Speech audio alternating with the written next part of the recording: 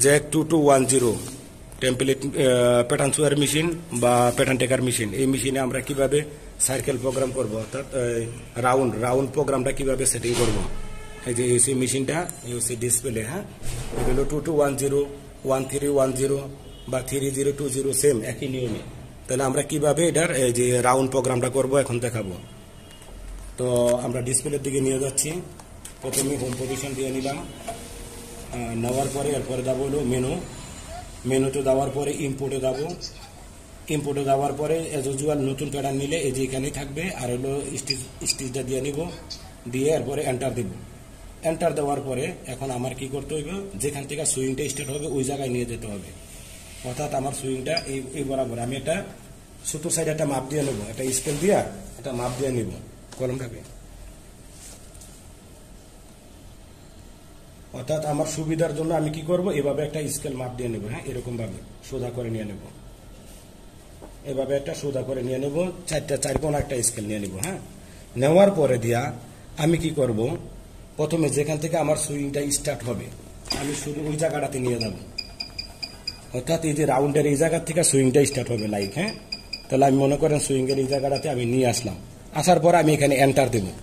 Enter দেওয়ার পরে অর্থাৎ আমার ফিট এখন গেছে, এখন আমার সুইংয়ে গেলে আমার কি করতে হবে, সুইংটা চেঞ্জ করতে হবে। যেহেতু এটা আমি রাউন্ড সার্কেল করব, তাহলে আমার কি করতে হবে, এই ইয়াতে ক্লিক করতে হবে। ক্লিক করার পরে এই যে রাউন্ডের ভিতরে চাপ দিতে হবে। রাউন্ড দিলে এটা দেন রাউন্ড হবে। আর রাউন্ড হলে মনে করেন যেখান থেকে শুরু হবে ঠিক ওখানেই শেষ হবে। কিন্তু আমার যেখান থেকে শুরু হবে যদি এখানে শেষ হয়, তাহলে স্টিচ একটা গ্যাপ থেকে যেতে পারে, বা এটা স্টিচ উঠে যেতে পারে। দুই এক স্টিচ মিস করলে তাহলে স্টিচে উঠে দেবো।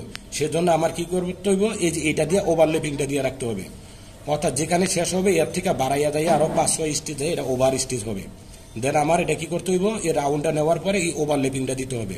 ওভারল্যাপিংটা দিলে এটা ওভারল্যাপিং হবে, নাইলে হবে না। দেন এন্টার দেওয়ার পরে এখন আমি সুইংটা টানবো। সুইংটা টানবো কিভাবে, লাইক এই যে আমার তো সুইং আমি নিয়ে আসছি রাউন্ড প্যাটার্ন। এখন আমি কি করব, যেমন এখান থেকে আমি সুইংটা ধরছি না, এখন আমি কি করব, এই বরাবর নিয়ে একটা এন্টার দিব প্রথমে।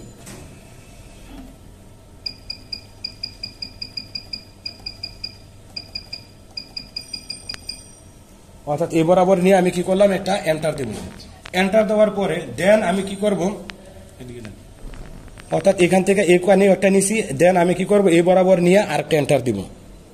এবার আমি এই বরাবর আইনা আরেকটা এন্টার দিব।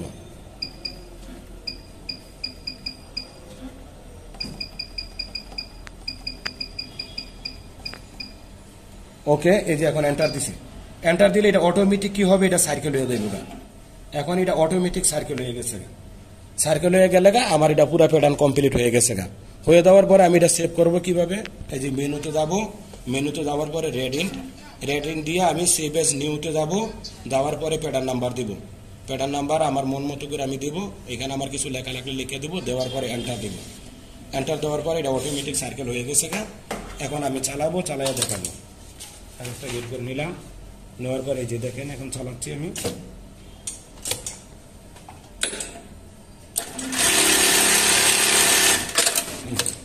এই যে সার্কেলটা কমপ্লিট হয়ে গেছে। এই যে দেখেন এখান থেকে সুইংটা স্টার্ট হচ্ছে, কিন্তু টিমিংটা হয়েছে এখানে দেয়, অর্থাৎ ওভারল্যাপিং হয়েছে। আর যদি ওই ওভারল্যাপিংটা না দিতাম তাহলে এটা ওভারল্যাপিং হইতো না। ওভারল্যাপিংটা না দিলে এখান থেকে সুইং স্টার্ট হয়েছে, এখানে টিমিং হইতো। ওভারল্যাপিংটা দিয়ে রাখার কারণে এখানে 2-3 স্টিচ বেশি হয়ে যায়, 3-4 স্টিচ বেশি হয়ে যায়, টিমিং হয়েছে। তাহলে আমরা এইভাবে প্রোগ্রামটা করব। এই যে আবার দেখাচ্ছি, দেখাই এই যে ওভারল্যাপিংটা এখন ক্লিয়ার বোঝা যাচ্ছে যে ওভারল্যাপিংটা। ধন্যবাদ। তাহলে আমরা এইভাবে এই প্রোগ্রামটা করব।